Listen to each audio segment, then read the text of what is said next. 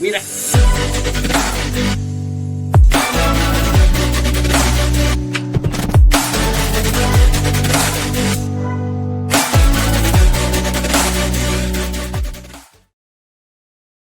Before I was rudely interrupted by my own intro, we had a huge day of NBA basketball over here at Core Logic. I'm your host, the Mattrix. I'm here with Flanders and, mate, breaking news, Giannis is injured.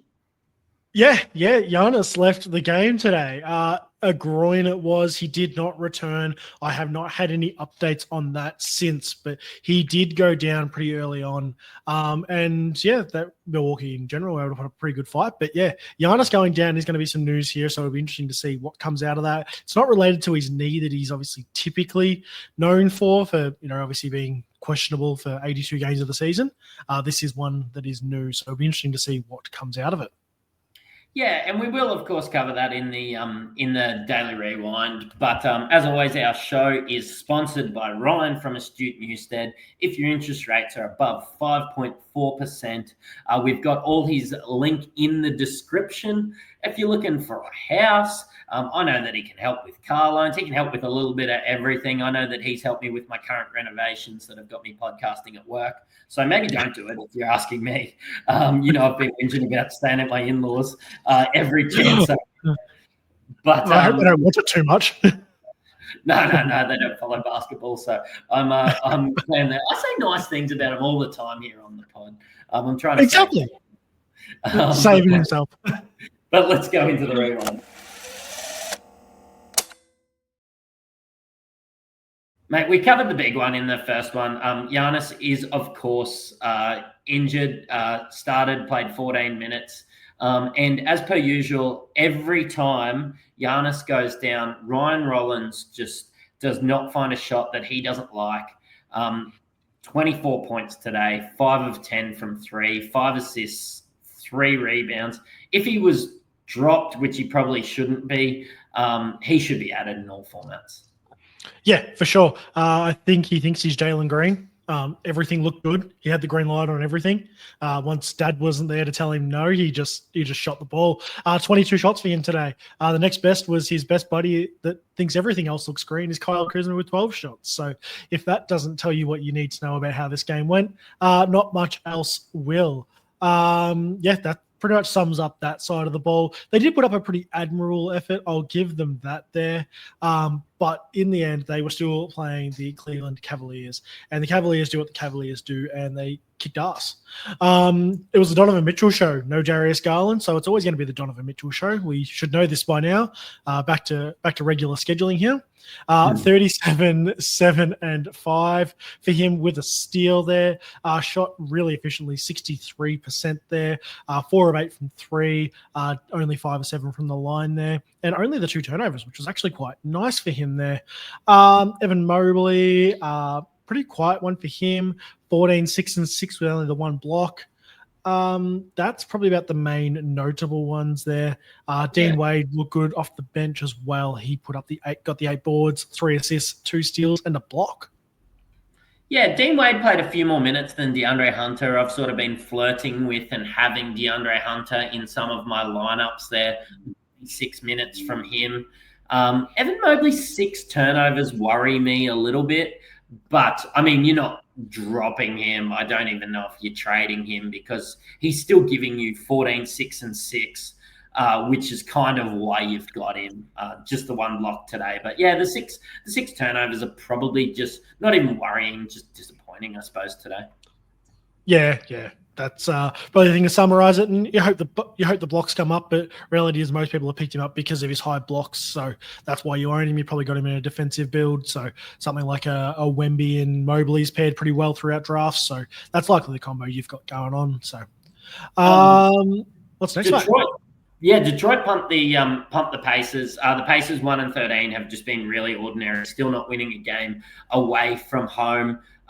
Isaiah Jackson is alive, played in 27 minutes, 16 and 10. I've got him in 20-man leagues. Look, we're still just waiting for someone to put their hand up. But, It was Isaiah Jackson today. Nembard, still pretty ordinary. Benedict Mathurin scores points, and Pascal Siakam is a good player on a bad team.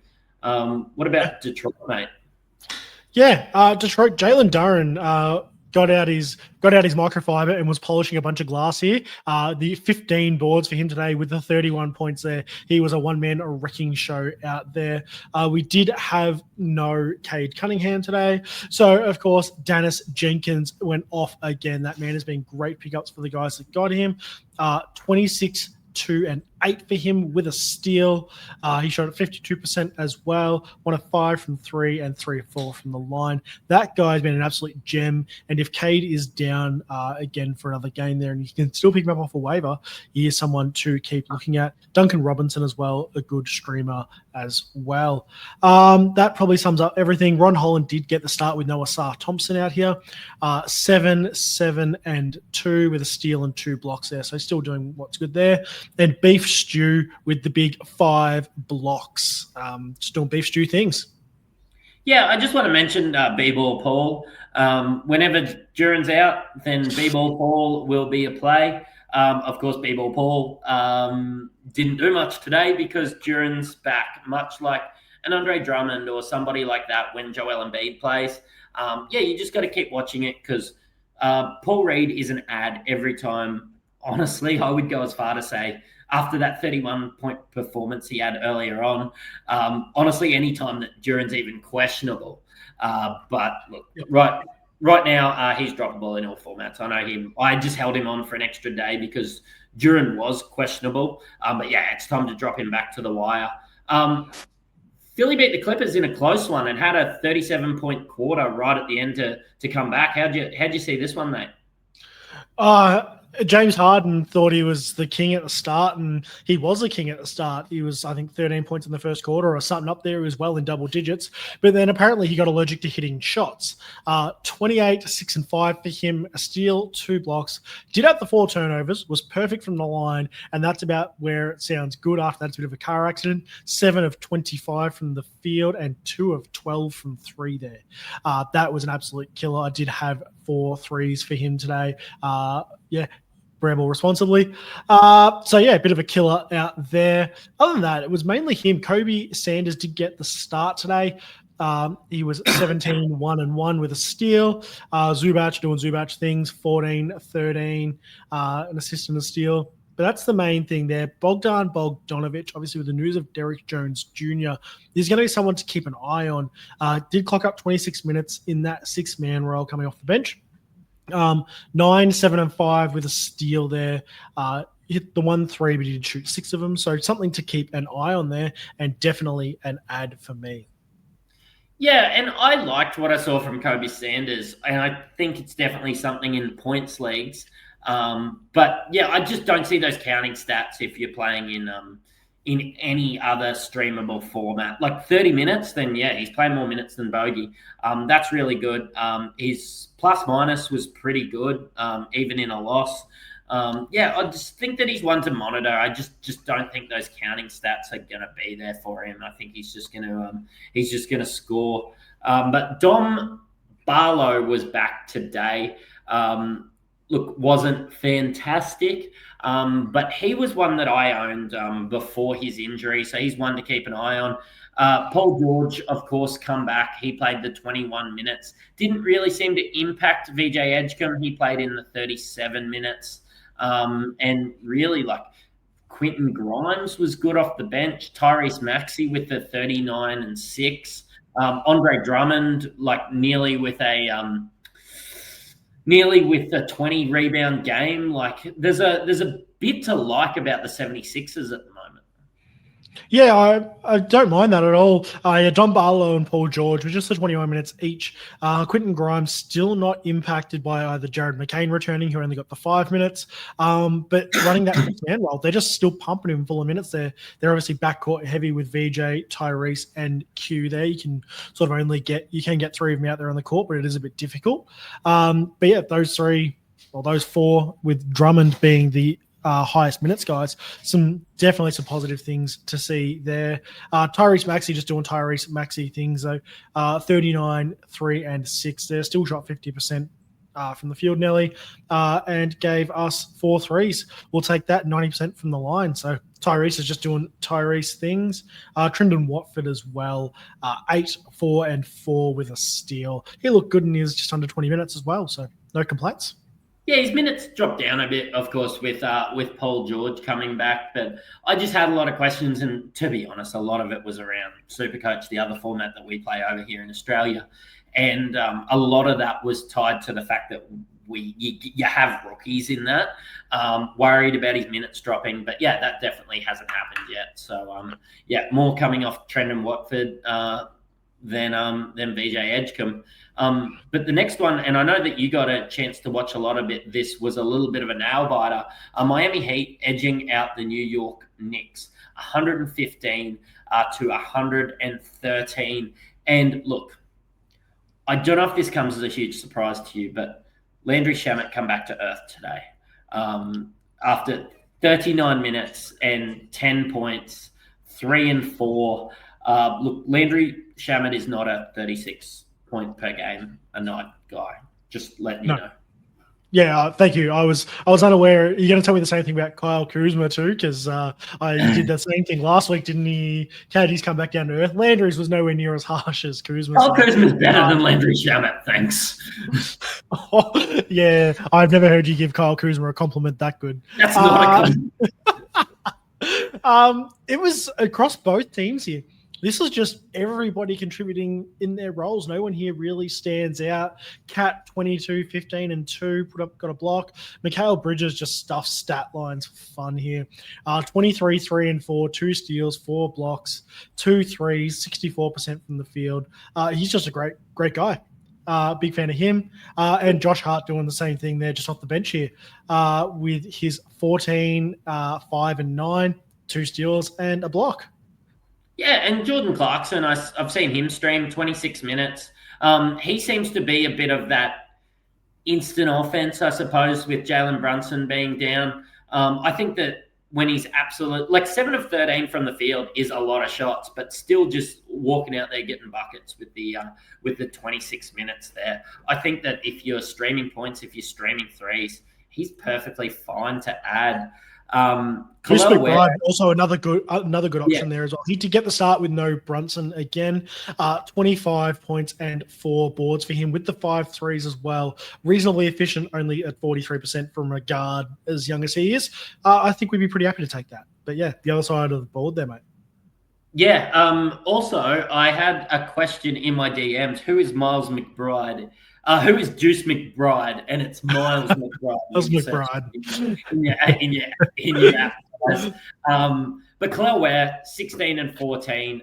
Just a lot of contributions from everyone to help with this. Norman Powell, probably not as good as he has been.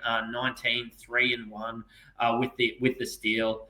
Davion Mitchell, shooting better than he has been. Oh, he always shoots all right, but 18 points. He doesn't usually drop 18 with the 5 assists. Pele Larson with the 4 assists and the 7 rebounds. Just was that 1, 2, 3, 4, 5, 6, 7 people in double figures. Like, this Miami Heat team is just a good team.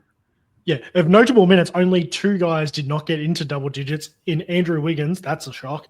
And Nikola Jovic. Only other guy that played minutes was Kashid Johnson for 2 minutes and 20 seconds. So everybody notable just did their job. Yeah, and let's head into the next one. And look, closer than probably Toronto would have liked for a 9 and 5 team against the Hornets. But we did see LaMelo come back today. But yeah, Toronto 110 edged out Charlotte 108. Look, Ryan Kalkbrenner a bit quieter than he has been. LaMelo good in his return.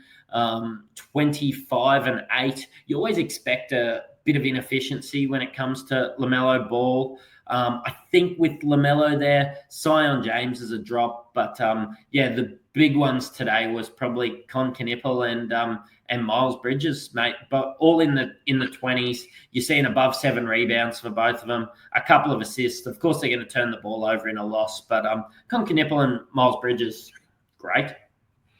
Yeah. Yeah, you can't argue that there. Moussa Diabate also proving his worth from a streaming point of view with the big 4 blocks there, and picked up 7 boards in just under 20 minutes of game time. So, yeah, always a proven guy there for getting some blocks. Always gets his minutes too. On the other side, this was the Brandon Ingram show out here. This man knows how to fill a stat sheet for good and for bad. 27, 6 and 3, 2 steals, 3 blocks, hit 3 threes out there. Efficiency numbers were okay, nothing too great there. Emmanuel quickly with the double-double, but not with assists. He did it with boards, which is unusual for Emmanuel quickly. Congratulations to that man out there. 15, 10, and 4 with 2 steals there and 3 triples out there. Yeah, this was very similar to the Miami Heat side of things, where just everybody gets involved here. We have 6 guys in double digits here, and no one else higher than 16 aside from Brandon Ingram with the big 27 there.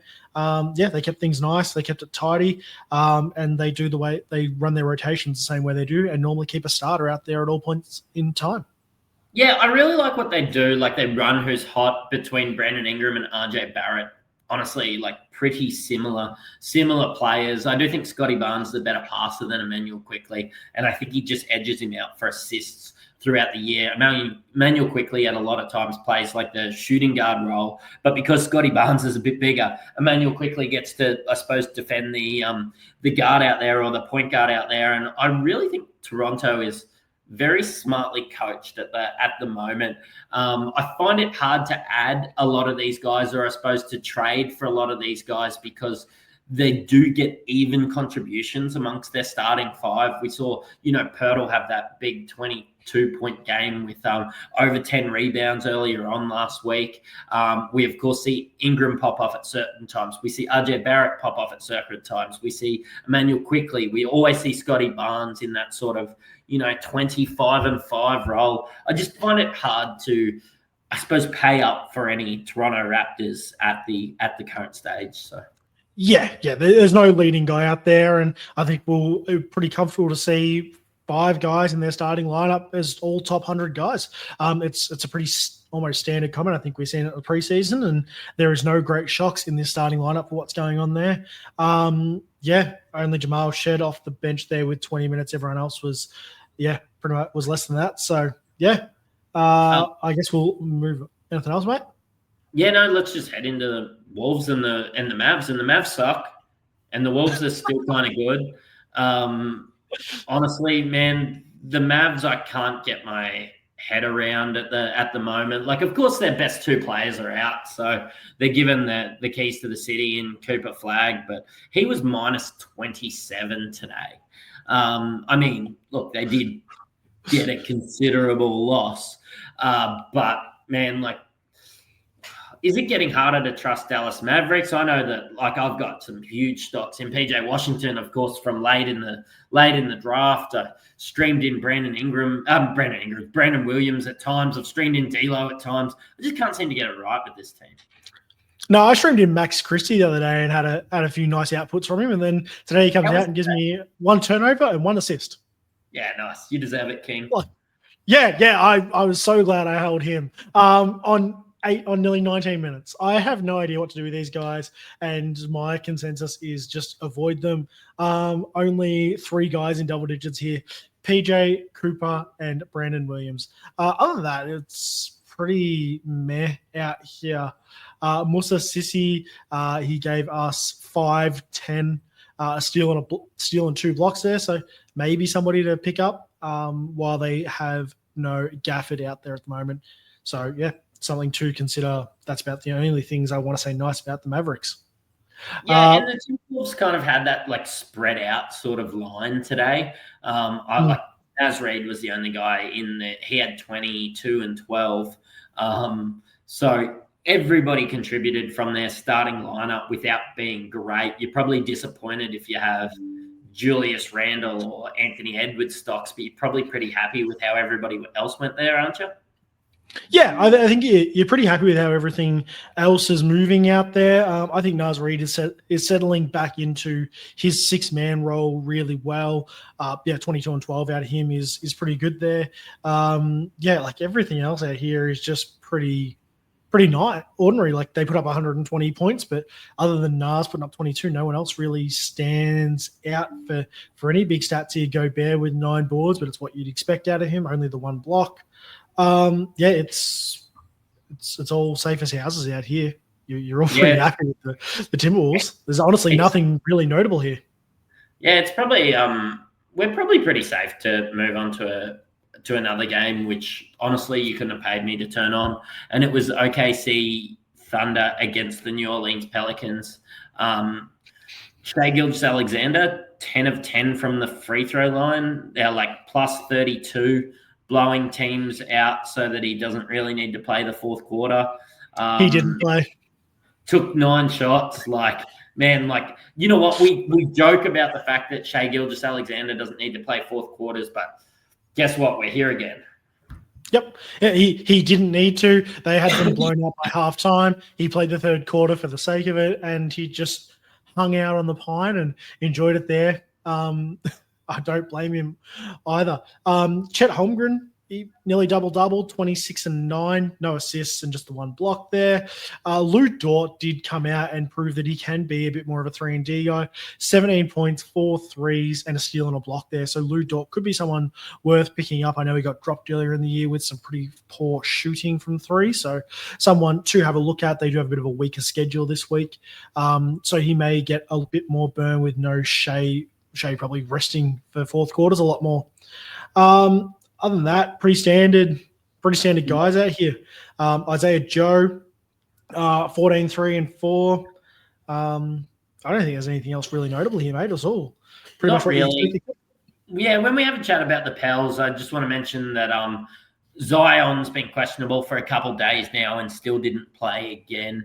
I do think so much of how the Pelicans go rely on Zion, but it is good to see a team struggling, at least playing these rookies and developing them. Like, at least if you're going to suck correctly.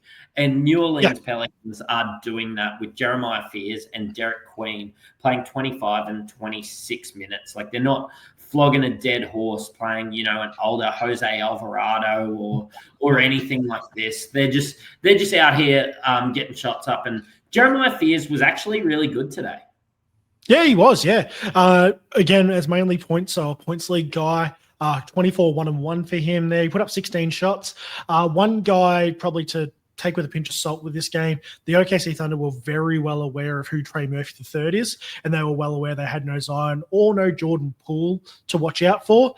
So they were just hawking down on Trey Murphy to make sure he didn't get any shots up. He only put up 9 shots for the game. So for all owners, wouldn't stress too much about his game, only putting up the 18 points and the 1 assist. His touches were very, very limited. Other than that, I think that's about it there. Micah Peavy off the bench there, 16, 4, and 4. Other than that, that's about it. Yeah, man. And Bulls taking care of the Nugs today, led by Australia's own Josh Giddey, 21, 14, and 6. I don't know if those assists put him just under averaging a triple-double for the season, but he had been up until this point. Kobe White played yesterday and then sat today on the back of a back-to-back. Was supposed to be on minutes restrictions and played over 30 minutes, of course, because they went into that double overtime game. Looked great too in that 29 points yesterday. But yeah, look, Buzelis was, I suppose, doing Buzelis things. Kevin Huerta out here with the 20 points, 7 of 12 from the field. Jalen Smith doing his thing off the bench, and Javon Carter and Ayo Dosunmu off the bench getting things done. But tell us about the great Nikola Jokic, even in a loss, mate. How do we start to describe this guy? He was poor at the start of the game for some shooting side of things, and then next minute, flicked back, and he finishes with 36, 18, and 13 with a steal and 2 blocks, and shot 48%, 13 of 27 from the field there. Is there anything this guy can't do? I genuinely don't know. His only bad stat was his plus minus at only plus 10. Like, can I lean on that maybe? Like, That's the worst thing this guy's did all game. Oh, he shot 1 of 7 from 3. Yeah. That's about it. Aaron Gordon did show out again. He has been doing this obviously through the early part of the season, but we sort of know that's not going to be sustainable. He did 24 and 10 there. Just the 1-3, didn't hit 10 like he did earlier on in the year. Jamal Murray with the double-double, 34 and 11, 4 assists and a steal there. Someone who did return, who did make their way to some waivers, who seems like he's clicking more with the team, is going to be Cam Johnson. 19, 4 and 3 for this guy, 5 3-pointers. Somebody to keep an eye on if you're willing to jump early. Could be worth jumping early, but I wouldn't mind seeing another game out of him before I start picking him up off the waivers there. If he can get in touch with this team, that is good there with no Christian Braun. Because Christian Brown's out. So, start to add him and you start to – maybe he gets some of the extra shots. But there's 3 guys that really – is the focal point of this team in Jamal and Aaron, so and Jokic, of course. But mate, that about does the wrap up. We're gonna do something a little bit different today. We're gonna finish this one off, and we are going to do a second recording, which will be our preview show. So what I wanted to do was allow the people that want the recap to be able to flick over and just watch the recap, and then we're going to hit our targets and our streamers for the next day. So thanks guys for having a listen to the recap. You have listened to a Ball Logic podcast.